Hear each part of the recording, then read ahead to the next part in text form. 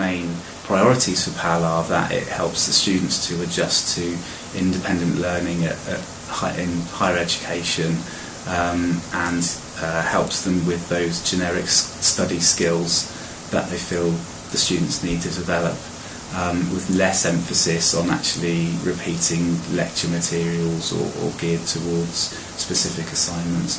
For other schools, that's not the case, and there is still a strong link between what the students are studying in their lectures, what units of study they're working on, and the material that the PAL leaders are covering in their PAL sessions, and that's very much at the discretion of the schools. We have a scheme here called Grow at BU, which employ 6 interns, and essentially their role is around widening participation, and their role is to support students from less traditional educational backgrounds, and part of their role is to take a coaching approach to that, and they need to have a very good overview of all the support and services that the university offers, and be able to coach students that they come into contact to those various solutions or support.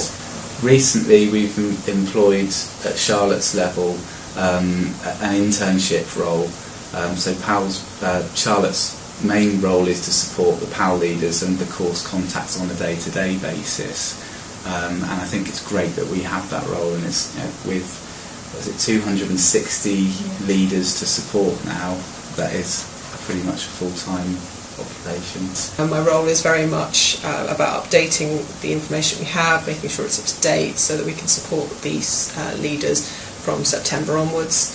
When the leaders come back, observations, observing their sessions, making sure primarily that they're not teaching, they're assisting the learning, and also just giving them general support. I understand how scary it must be to come in and stand in front of anything between 10 to 18 students.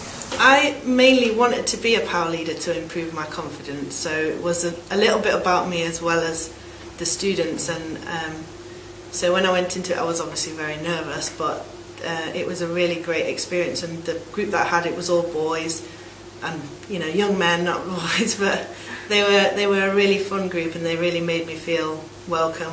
We had a good laugh together, but we also got through quite a few serious issues that they were having, and we worked through some things that you can't maybe talk to academics about, or there's no other path to go with. At the end of the year I organise a number of events for them.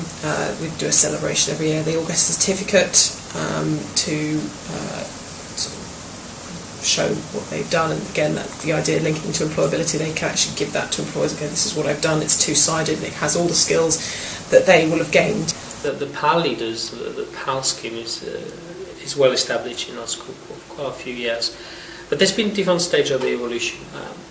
I would say that we got 4 academic frameworks for different academics. We got a design framework, we got computing, psychology and creative technology, which is a new framework. It's 5 years old. In computing, PAL, it's very well established, works really well. Students love it and staff were really on board. But funny enough, in design we were doing something different. The staff were mixing first year and second year through projects or through different assignments, and that was a kind of a PAL. And we had another barrier as well, not psychology framework, where this time the staff were not too sure as well, so if we should be using it, and we started to have more and more students say, look, what is this PAL? We'd like to try. So we're very democratic in the school, so we asked the staff, please try if you can. They didn't do it. And then I think it was a year or 2 ago they started it, and now it's, I would say, sunbathing, and we got very good student feedbacks there. In the business school, where there is a very strong motivation to become a PAL leader so that you can get a good business placement, they actually have proper interviews, and will have many more candidates than there are PAL leader positions, so they do go through sometimes quite a rigorous interview process. Training was, I think it was a 2-day course of training, and we were over in a nice building, and it was all the PAL leaders from all the different groups of subject areas, so that was quite good to be everybody involved together, and we just went through different scenarios of how we would lay out the lesson plan and how we would be running lessons, and the things that we should be doing as power leaders and the things that we shouldn't be doing, because obviously we don't want to claim that we're teachers or anything, but we want to be helping the students in sort of ways that we could relate to them with. So. I think in the past we've had two very distinct elements to the training, and the first element is telling the students about PAL, telling the students about how to do a presentation or other aspects that they might need, and then having a second element which is a simulated session. And the feedback has always been that the simulated session is actually what's really of value to the PAL leaders and helps them to feel confident approaching their first PAL session. So that the simulated session works around them being given some subject content, and this year that was sort of 20-minute long videos. The PAL leaders take it in turns to leave the room while the other students are watching the video, with a very basic understanding of what the video is about, and their task while the video is playing is to develop a PAL session that they, a kind of mock PAL session that they deliver to a small group, and the principle there is that they don't need to know the detail of the subject content. What they're learning is the facilitation skills of producing an activity or actively questioning the students to improve their understanding of the content. And I think the feedback from sort of training evaluation, certainly this year, has been that that's what they really valued and what gave them confidence going into their first session. I still see the pay as a really important factor though, and I think it's a factor that although it might not be their prime motivation for becoming a PAL leader, I think it may enable them to be a PAL leader. So if it's a choice between being a PAL leader but still needing some income to pay the rent, there's only so many hours in the week.